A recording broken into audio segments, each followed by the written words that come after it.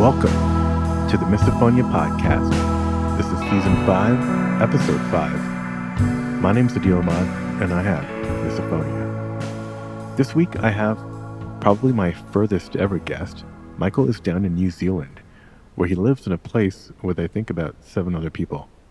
This one's really interesting because though Michael definitely deals with misophonia regularly with all the usual tools, he's also trying to consciously not run away immediately from the trigger, kind of trying to face it head on as much as possible to maybe build some resistance.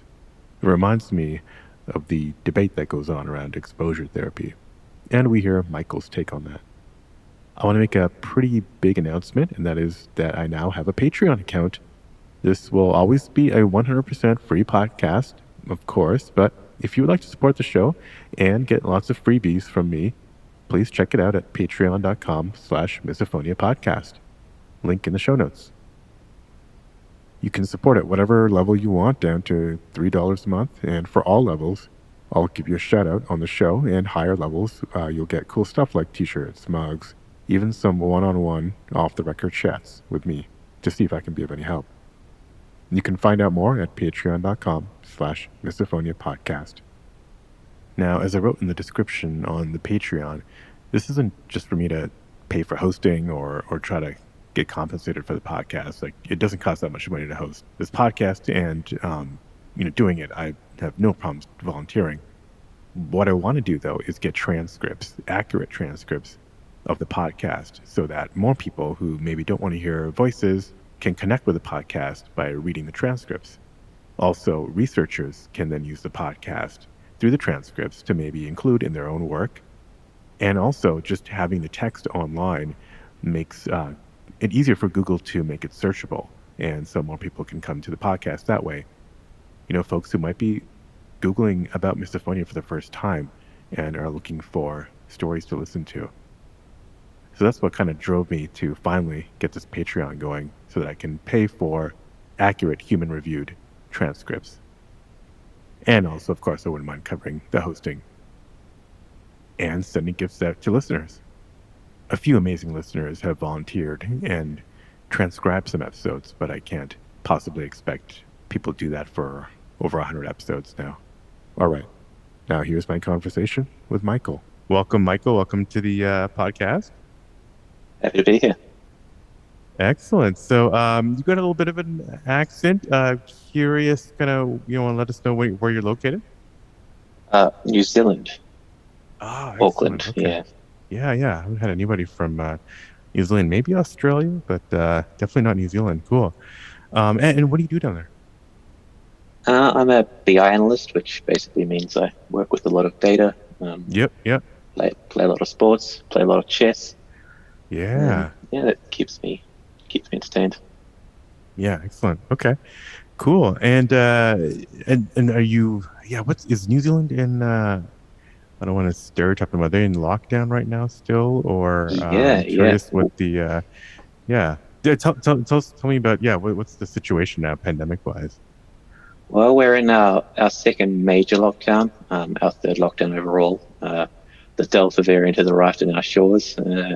Probably arrived about 5 weeks ago, and since then we've been in heavy restrictions, and our case numbers relative to most of the world are still very low, but we're very conservative over here. We got 11 cases today, which is the lowest we've had in a while, so we're still hoping to eliminate it for now, get vaccinated, and then in the future, I guess we'll learn to live with it, I suppose. That's the plan.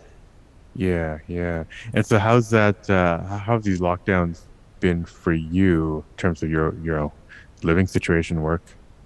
Yeah, it's okay. Most of my work all of my work is online. I can work from home just as well as I can in the office. Getting a little bit bored, but I think I'm pretty lucky to be able to continue largely as normal.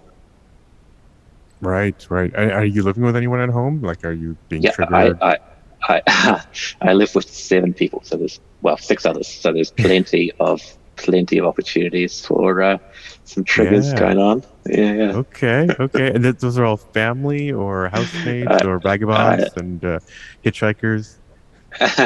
I live with my girlfriend of 3 years and a bunch of friends.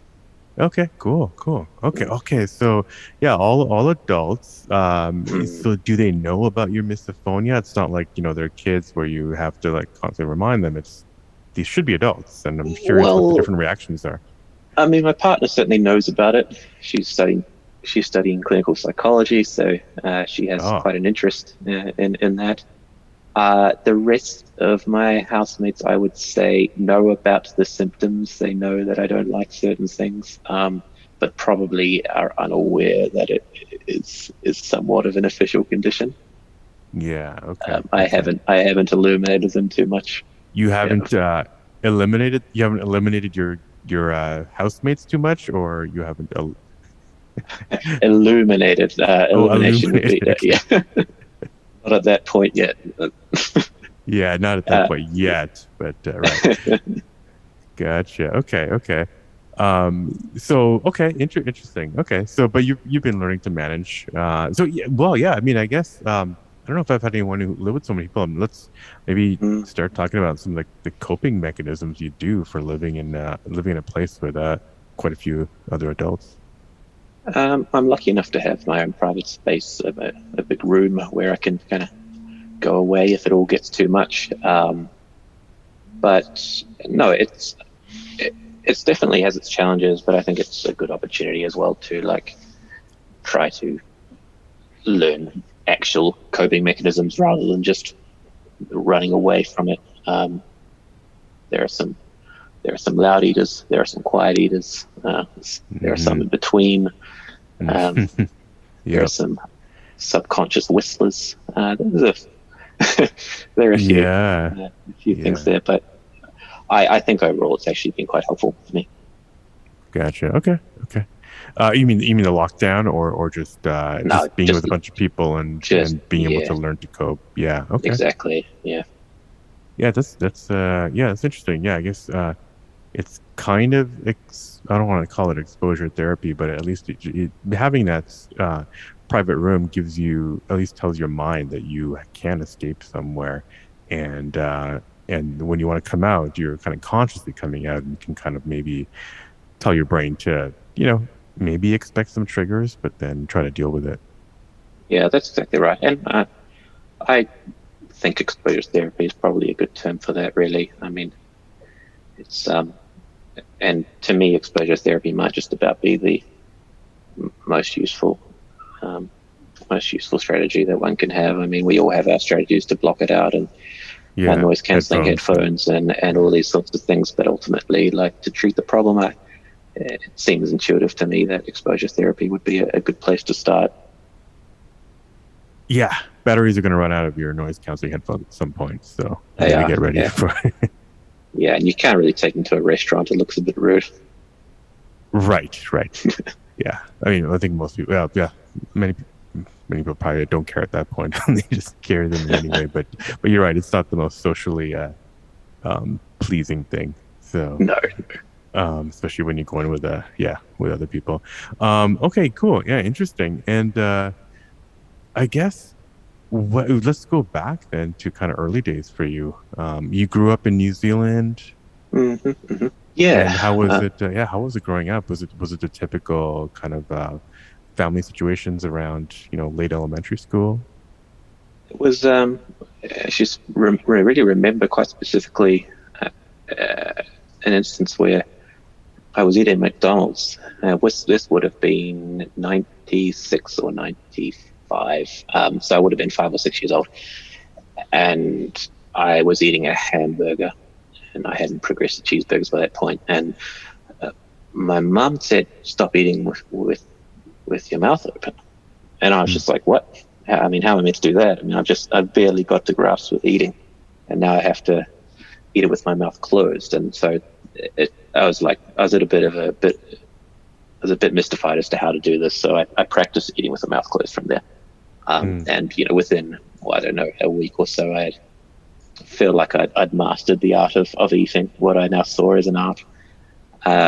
And then I remember at some future point observing children in the playground at lunchtime, and seeing if they could eat with their mouth closed, and just sort of like almost judging, but I don't remember any kind of emotional association. It was more just observing whether or not other kids could do this, because I guess I Mm. felt somewhat proud of the fact that I could do it. And yeah, I don't at that point I don't remember being triggered by these noises. I still didn't really understand why it was better to eat with your mouth closed, but I just remember that it was something that I wanted to be able to do, probably to Was it make my just the one parents proud, I time? guess. Yeah. Well, were they Yeah. repeatedly telling you that, or was it just one? I mean, it's yeah. I mean, obviously the memory fails that long ago, but I only Tell me, remember Michael. one Tell me. where one specific point is really what I remember, and I remember Yeah. some subsequent times, but that was in later years when everything was already fully quite well developed, and um, so yeah, it started with just this sort of observation, and then I would think by about middle school, sort of 12, 13, 11, 12, 13, that's when I started to see it as more of a requirement of human behavior. And so when Mm. someone wouldn't do it, then it began to annoy me. And then the sound really began to bother me. So yeah, the actual typical uncomfortable misophonic symptoms didn't start till I was about 12 or 13. And then it just grew from Ah, there. Yeah, it turned and this into, is all related to the eating. I mean, it could be, maybe I'm Yeah. post rationalizing here, but you wonder what I mean, that's did all we cause it. can.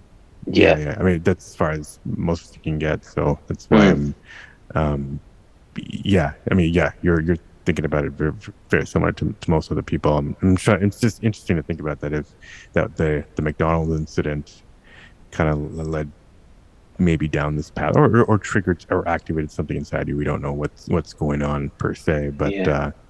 um, it's interesting that yeah, like you said, you noticed uh, in other students the thing that you kind of trained yourself to not do based on that Mm, McDonald's incident, and maybe some other ones. But that's right. and then did your so did it affect your school in any way, like socially or academically?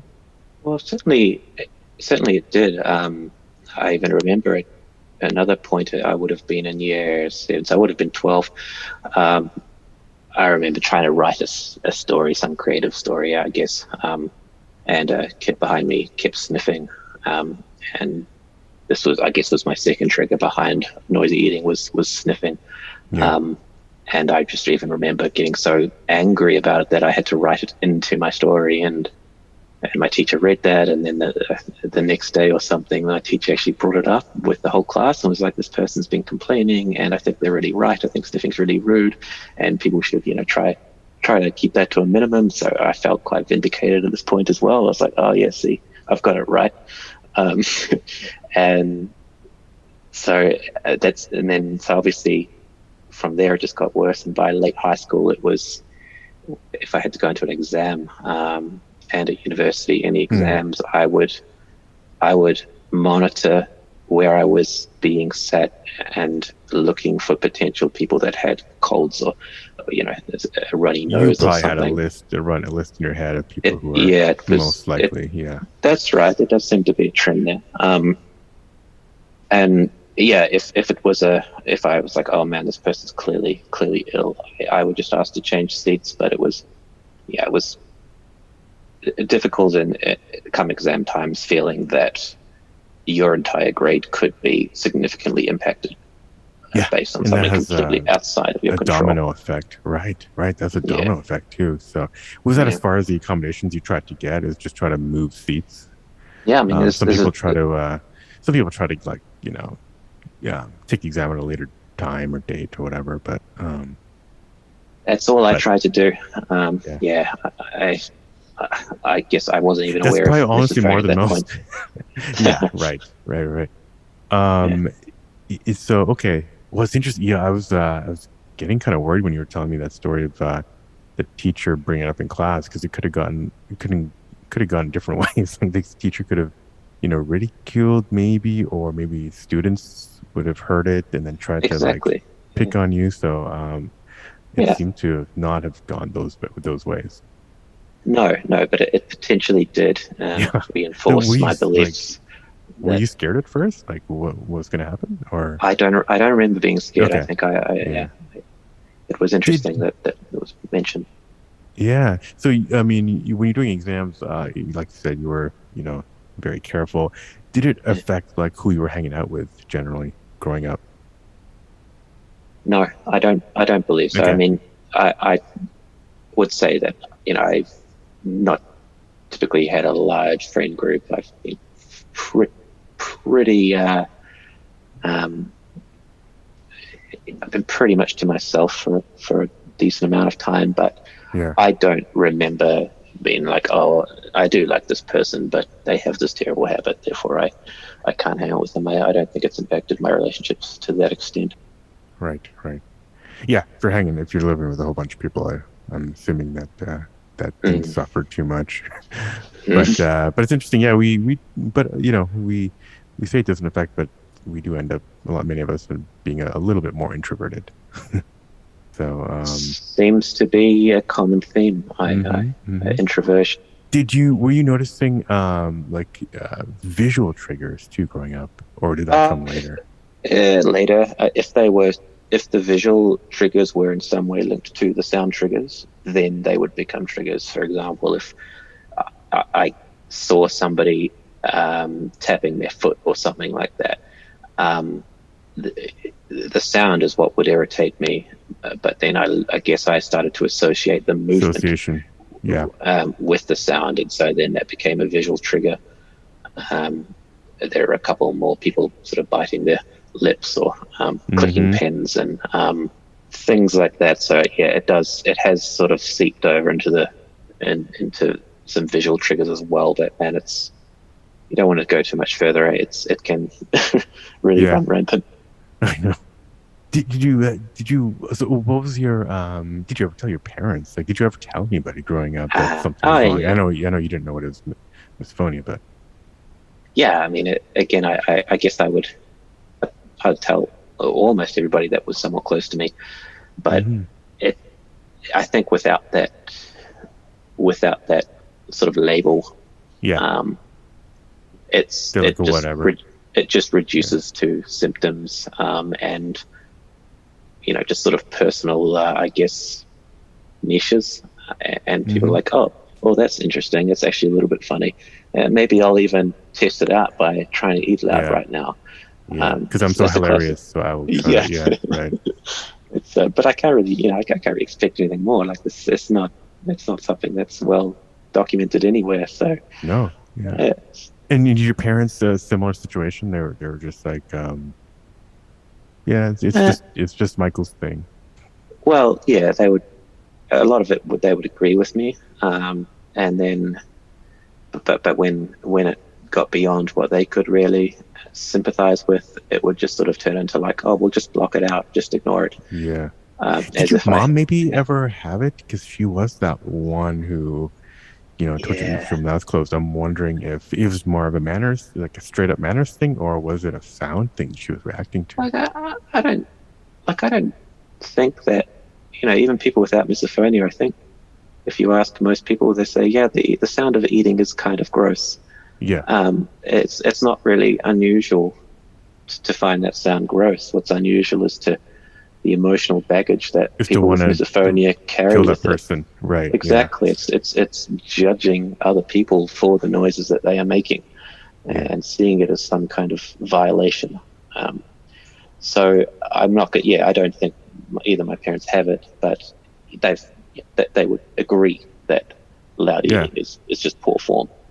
What about the relationships? Did it affect relationships, or did it take being with a clinical psychologist to finally be able to make a connection? Uh, I guess Or you don't have to go too personal. yeah. I just always bring No, that up because it affects I mean, people. yeah, no, it affects, I think, probably every relationship to a degree. It's hard to get around. Everybody makes noises. Hmm.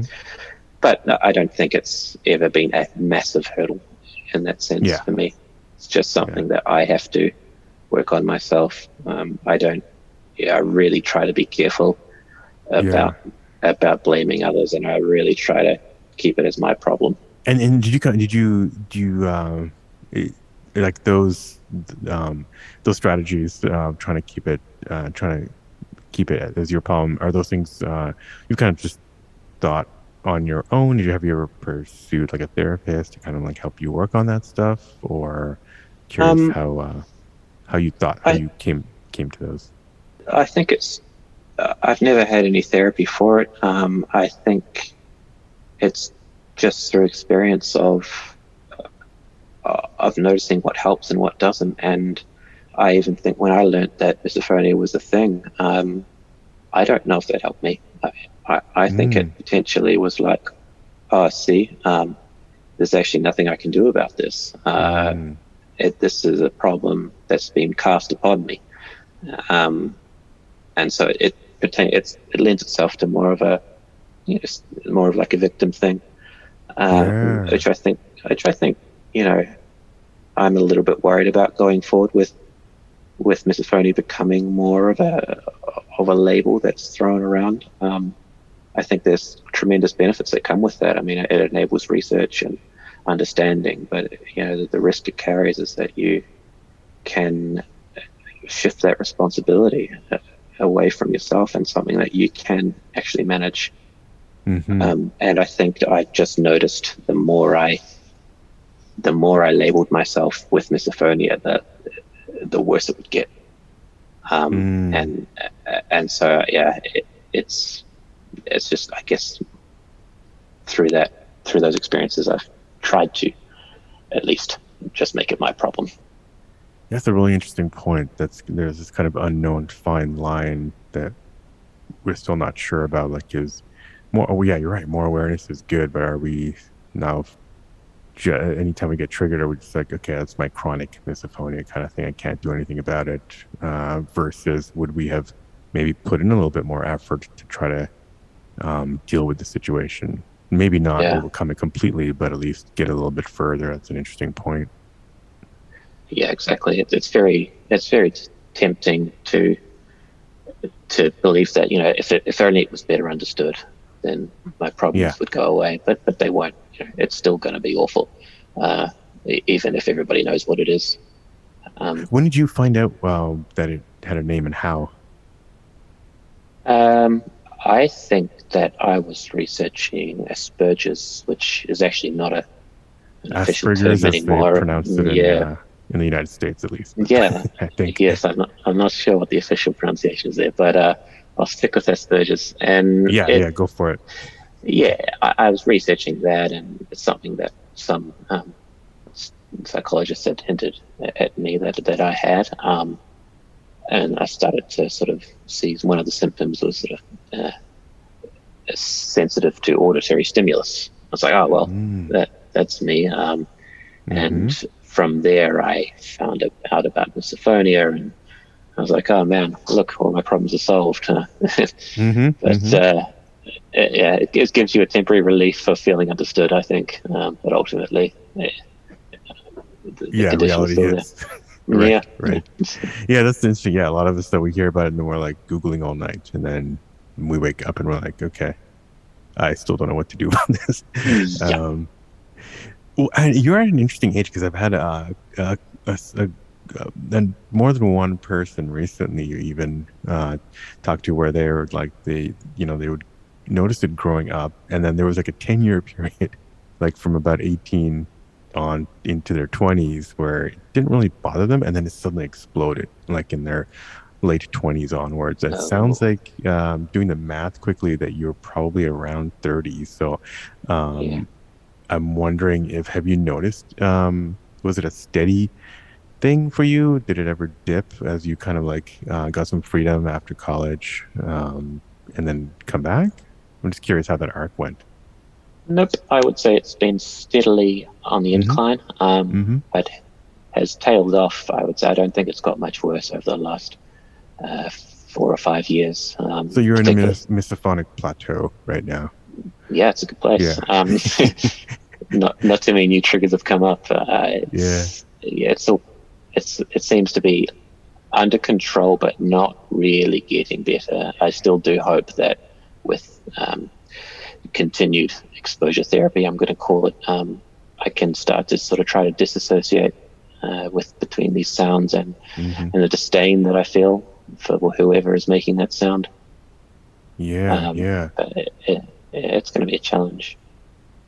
right. And that just how does the disdain manifest itself? Like, what do you do? Do you have to leave a situation? Do you give the death glare? Do you ever bring it up? Like, hey, you know, get the voice of your Uh, mom in your head and just tell them to eat with their mouth closed.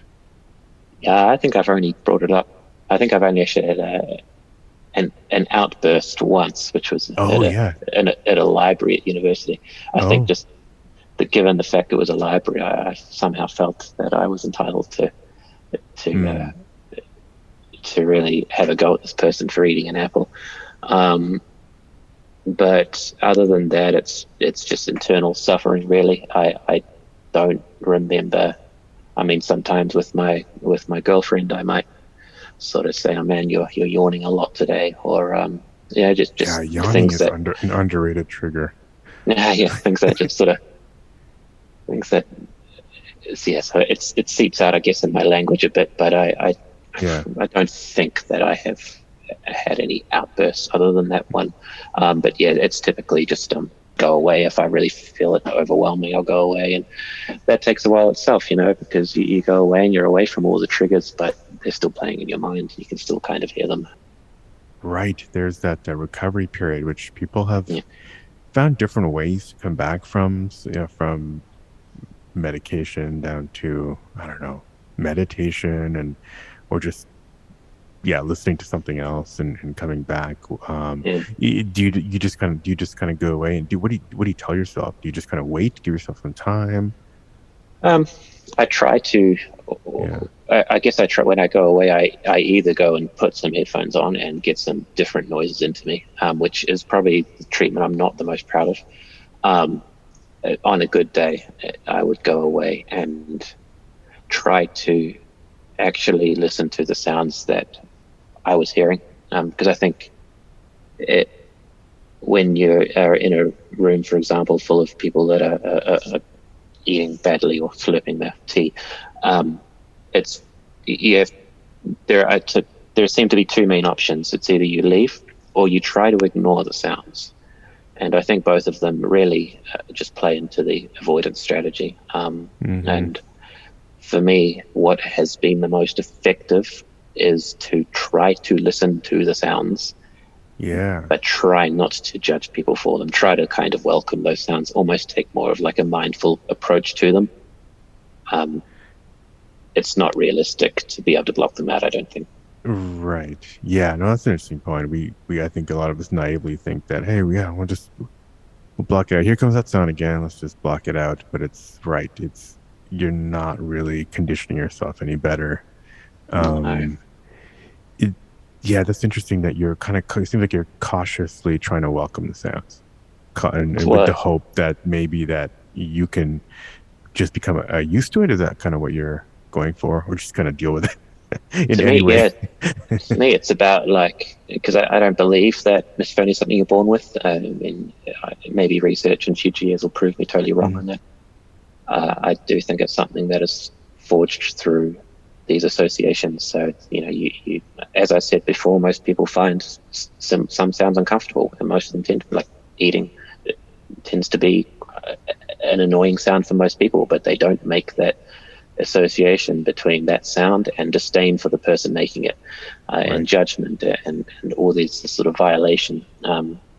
And somehow, I guess, for someone with misophonia, I think that they repeat these thought processes of hear sound, attribute that sound to somebody, judge that person for making that sound. And from there, if you do that for long enough, I think that just almost become automatic to the point where any sound you hear, you start to feel that hatred. Um, and I guess my goal of trying to listen to the sound and welcome it is to break those bonds. Dissociate. Yeah. Yeah. Yeah, it's interesting. I mean, you were asking before, like, what are some patterns that I've heard? Well, I mean, we'll get to some of the research that's in its early phases, but yeah, I mean, some kind of early quote unquote trauma. I mean, trauma is kind of a loaded word. Well, it's I don't know if loaded is an offensive thing to say, but like, it sounds strong. But even things like, a parent telling you to act a certain way, kind of surprising you, that could be something that begins an association that maybe gets reinforced, like you were saying, like over and over, and then your brain starts to make some irrational associations. That's something that comes up a lot. Is like there was no problems until something happens, a death in the family, a very angry parent, the parent making a loud sound, maybe not out of anger, but like clapping their hands really quickly, rubbing their hands together every Yeah, morning. yeah, That's quite a varied, but there's some kind of overlap between these experiences that I've heard a lot over and over. Not everybody, but or walking on eggshells when you know a baby is born, kind of thing. So there's like yeah, there's an interesting kind of pattern um, that that that that thread, I would say, that kind of is across a lot of these experiences. yes, it seems to be a memory, and then it gets built upon, and Mm. it can spiral. I Did you hope have to never get to the siblings? siblings Yeah. one. Yeah, yeah. Okay. Okay. Uh, who, from memory, has a she has a real aversion towards loud eating as well, but it just doesn't seem to have ever got beyond that. She's not going to Um, go on a Miss Funny podcast and talk about it or anything. It's just no, no, it's she just hasn't got to the point. it's just a slight aversion, but yeah, maybe not misophonia. Right. Interesting. Exactly. Yeah. So, Yeah. how would you explain misophonia to someone that doesn't have it? Have you tried to do that before? I mean, I guess, yeah, you think that I'd have like my elevator pitch down. Somebody asked me on a recent episode too, but I call it a disorder that where I have I have an irrational sensitivity to certain sounds, usually like things like eating, chewing, sniffling. So all the your mouth, nose, throat kind of sounds. And then I try to, as quickly as as soon as I can, point out that this is not not like a most people find annoying. This is like a fight or flight sensation where I cannot think about anything else. I have to either leave, or I want to either leave, or burst out in some kind of, like you did at the library. So that's kind of, and then I gotta pause and see what the person's gonna, you know, see what they think. Because at that point, it's like, it's pretty obvious if they're gonna give a crap or not, and just kind of go from there. But I usually Yeah, don't ever, honestly, it's usually theoretical because I usually just take the flight situation. I mean, especially in the last year and a half when we've been socially distanced for so long, it's like haven't really been around people outside of the house for too long. So I'll have to I have to dust off my notes when uh, when I'm fully immersed in society. yeah. I would explain it in a similar way. Actually, it's very much it's an instinct rather than a thought process. It's not like just, oh, that sounds really annoying. It is something that hits you before you can even think about it. Yeah, Um, I think I've likened it to being cut off in traffic. Um, and you see the road rage that people get, yeah, all around the world, and people say things and do things that they would never do in regular life, yeah. but when they're in their car, it's like their entire character changes. And That's someone really cutting you off, interesting. Yeah, yeah, someone cutting you off in traffic can incite that sort of rage, even though you know that this person made a mistake. More often than not, they just made a mistake. You can't help but feel that instinctive feeling that in some way they've wronged you. Um, and that, to me, is the closest thing that I can describe to someone that doesn't have misophonia. yeah. That's a really interesting analogy because when you first said that, I was like, no, it's not like that. Wait a minute, but yeah, I mean, we have this kind of common. thing where people are very judgmental when they're in the car. Because Yes, they think that maybe it's because they see the other person in the same metal box that the kind of box that they're in, so they think everyone's kind of tuned out when we're all yeah, just look like we're tuned out. That's really interesting. yeah. Hmm. Yeah. I think it's like if somebody cuts you off in traffic, it feels like there's some sort of violation of your safety, and then that person Yeah, has endangered you, and which gives you that fight or flight response, obviously.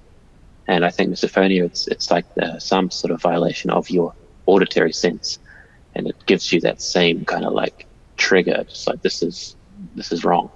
maybe it's part Um, of. Maybe it's no. I'm starting to get into Mister Speculation mode, but maybe it's part of humans are we're just living so close together a lot faster than maybe we were able to adapt to, and maybe it's part of our evolution is maybe not caught up to this. right? And Yeah. certainly cars are technology that maybe we just haven't adapted to. I know, most people have not adapted to social media. So that's a whole other thing too. So, between these three, yeah, that's an interesting idea that maybe it's is it we just haven't been able to evolve fast enough to the reality of our modern life. And that sounds like a cliche, but maybe in this case, there's that thread across the road rage and the misophonia that maybe we haven't really fully explored. Yeah, I think that's definitely plausible. There's a couple of things to me No, that that's it. I've solved it. I'm going to hang up and end the yeah, done, podcast. Kidding. done. Yeah, I there are a couple of things that was phony, which to me suggest it's more of a social problem and a conditioning problem rather than something that you're just born with. Yeah, for example, one of those things is that it tends to develop in early adolescence, which tends to be around the age that you develop expectations of others outside of yourself. Mm, Um, Also, it's very suspicious to me that almost all initial triggers are human sounds. And the sound of a dog eating is, I think, from any objective stance, is more disgusting than the sound of a human eating. I mean, they're way louder, hmm they're way hmm sloppier, but it doesn't annoy me, and it doesn't annoy most people with misophonia. So what can that possibly mean? To me, it has to be that there is some sort of expectation and standards hmm around it. If so, that can only really be forged through uh, social conditioning. Yeah, yeah, that's interesting. Yeah, when I've thought about the whole nature versus nurture, of kind of thought that maybe there's something about your nature that makes you more susceptible, but then something that happens that activates it. If you put a gun to my head or a trigger to my head, I'd be like, it's probably, yeah, maybe probably more. I'd lean more towards the social conditioning. Though a lot of the research has been so focused on the neurological stuff, I'm Yeah, hoping that there's a wider, maybe different disciplines that'll start to look at this more and come yeah. to a consensus. It'll be interesting to see like those neurological studies replicated, but in throughout the span of one's life. Because yes, Mm. you might see differences in certain regions of the brain, but that can happen through social exposure. That's not just necessarily nature that you were born with. Um, Yeah, so right. The current research might just be looking at our severely damaged 30-year-old, 40-year-old brains when yeah, maybe the we should be effects looking rather at than the earlier. cause. Yeah. Right, right. But I I think think you're that's undoubtedly right. It's invariably like all of these nature versus nurture things, some sort of interplay between the two. yeah. Because I mean, if you get first principle of nature is nurture and vice versa, we're all Yeah, just the same. We're all organisms and um, playing against each other. Um, Interesting. Okay, maybe let's switch gears. I did want to hear maybe more mundane stuff, but like when you come out of lockdown, are you going back to an office or are you kind of staying from home, staying working going from back home? going back to an office, pretty flexible. We can do Yeah. some days from home, some days in the office. Probably 2-3 days a week in the office, the rest from home. But I'll bring my noise cancelling headphones, and I tend to play airplane noises while I work. Okay. Okay. Mm, Boeing 747, I believe they're old and loud. Oh yeah. Oh, that's interesting. Yeah, I didn't think about right. The what's the best airplane? I just I was a big Star Trek: The Next Generation fan, and in a recent interview, somebody told me that you can hear like the Starship Enterprise engines on repeat for like 10 hours on YouTube. Oh, So nice. Yeah. I was like, oh man, I used to watch that show all the time. It's actually therapeutic on a couple different levels. So that's kind of my new go to. And at work, you haven't really told anybody, have you? Or No, no, you just kind no. of deal with it? Yeah. Yeah, I guess I am lucky enough to have a role that is pretty much, just me in my corner. So it Yeah. doesn't affect anything too much. People, I suspect that people might find it a bit rude, but nobody's ever said anything to me about it. If they did, then Have I would tell them. yeah. Have you met anybody else who has it, or this is all from your own personal experience and what you read online? I think you're the first person I've spoken to that clearly has it. Um, Yeah. it's just some other people that show some symptoms of it, but there seems to be some line where it becomes quite clear whether Yeah, one has it or yeah, not. isn't it? Right. Yeah, there is because yeah, it's interesting. It's I don't know if it's the tone of sometimes it's obvious in what they say, but sometimes it's just the tone of how people say it. You can kind of tell that no, theirs is more like a off and on annoyance versus Yeah, I think yeah, it's more often than not like your eyes would just will go wide open and yeah, you yeah. can see Or they'll their say life something. flash Yeah. before your eyes. Oh, I totally get that too. It's really annoying Hmm. when somebody runs their nails down a chalkboard. It's like, no, no. Yeah. Yeah. Right. Right. One of those cliches. Yeah. So yeah, interesting. Okay. Okay. And yeah, are you I guess going forward? So your plan? Yeah, I'm just curious about kind of your plan. You're still pretty young, around 30. Like your plan going forward is just kind of like keep trying to avoid when you need to, but try to experience and cope when you can. That's Yep. kind of I mean, your go to. Yeah. yeah, I think it's unrealistic just to be like, oh well, I'm just going to, suffer and put myself through constant exposure in the hope of getting better. I mean, you have to, I think, find some sort of balance. I mean, I will sleep with headphones probably for the rest of my life. I would Mm. be Why is very. that? Is that because your girlfriend snore, or I'm curious Oh why? no, no, pretty quiet sleeper, but Yeah. everybody heavy breathes when they sleep. It's just no one is a perfectly quiet sleeper. Right. Um, Right. Right. and Gotcha. and and I'll just put on. Well, I have these sort of they're called acoustic sheeps. They're like bands. It's like a woolen band that you put Yeah. around your head. It's quite Yeah. warming. There's something comforting about it as well. So that's been pretty And good. do they and are they Bluetooth or do they play something Yeah, one thing? they're, they're Bluetooth. You just hook it up to your phone. They're not perfect Right. if you have a chronic snorer that you're sleeping next to. I would not recommend them. You need something that Right. actually Right. goes into your ears as well. Right. You need your own bedroom, but Yeah, yeah, yeah. that's if you're lucky enough. But yeah, so I guess I'm probably resigned to the fact that I'll always sleep with headphones. Maybe the best I could hope for is not having to work with headphones. But at the moment in my life, I will work with headphones. I'll sleep with headphones. Other than that, I will try to expose myself as much as I can take on a given day. Um, Right. yeah, so that's sort of the rules I have for myself. And I wanted to ask, I don't think I've spoken to anyone from New Zealand. Like, what is the like? How would you or would you describe the I don't know the misophonia? Well, I guess you don't know anyone else who has it, but I'm just curious. Like, if a misophonia was going to go to New Zealand, is it generally a pretty understand, like, quiet place on that level, but also like in terms of mental health in general, is it pretty open, accepting? I'm just curious what New Zealand's like for misphones. Hard to compare when I've only Mm, lived in New Zealand and Australia. yeah. So it's tough for me to say what say an American would experience. Um, I mean, it's a pretty quiet place. The population density is very low. Um, yeah, it's people tend to speak fairly quietly. Mm-hmm. I will notice if there is.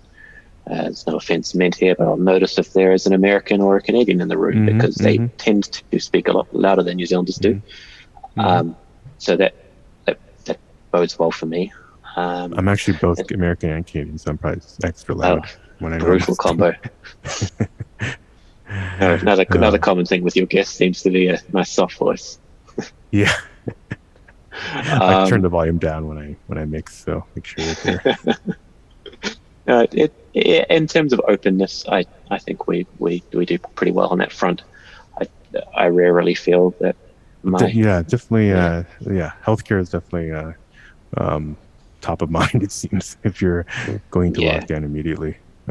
yeah yeah, pretty good with that kind of stuff. I think it's obviously a lot easier when you have a fairly homogenous culture and very Right, only right. under 5 million population. It's can Yeah, and then a bunch getting of people mountains. getting people on the So same page isn't as hard. yeah, yeah. Um, cool. Well, I mean, yeah, we're getting close to an hour, 50 minutes, and anything else you wanna share with the? Yeah, we've had a lot of good insights. Anything else you want to share with folks who are listening in? I think for me, I believe that if you Google misophonia, the definition will come up with a literal hatred of sounds. And I'm not so sure that that's the case. I think that sounds can be triggers and they can be annoying, but I think that's normal for most of the population. I think misophonia just carries something more, and that's judgment of who or what is making that sound. And I think that's what makes it really hard to listen to. It's not the sounds that are annoying you; it's the hatred that you feel when you hear those sounds. And to try to separate those two things is worthwhile, I think, and I will continue to try my best to do that. Yeah, you're right. The hatred of sound is just a dumb reduction of Mm, the simplification, even though misophonia literally, I think, means that. But yeah, it's not quite that. In fact, one of the lead researchers at Kumar's group is wants to look at. She's convinced that there are also sounds that might give us the opposite sensation, and she wants to try to, I believe. Well, we were kind of riffing on the podcast, like,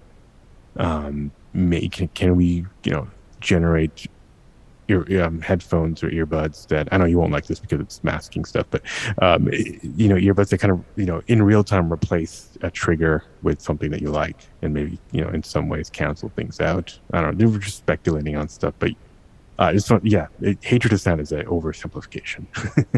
Is kind of yeah. what I was trying to say. I agree with you there. Okay. We're more Yeah. complicated than that. I think so. um, But also not all that unique. It's not like yeah, misophones are the only ones that have aversions to sounds. I mean, just right. pretty much everybody does, and that's normal. You have to try to pick apart what isn't normal and Hmm. try to work Hmm. on that. Yeah, Yeah, very cool. Well, yeah, Michael, thanks for coming on, and yeah, there's actually a lot of food for thought here. So, yeah, good things to think about. Hopefully, people enjoy that, and love to hear more on what people think. But yeah, thanks again for coming on. that's been great. Thank you very much. Thank you, Michael. Really interesting stuff there. I'm curious to hear what people think about facing triggers and trying to build up some resistance. If you like this episode, don't forget to leave a quick review or just hit the 5 stars wherever you listen to this podcast. You can hit me up by email at hello@misophoniapodcast.com or go to the website, misophoniapodcast.com. It's actually even easier if you follow us on Instagram at Misophonia Podcast or Facebook. And on Twitter, it's Misophonia Show. Don't forget you can now support the show by visiting the Patreon at patreon.com/Misophonia podcast. Music, as always, is by Moby. And until next week, wishing you peace and quiet.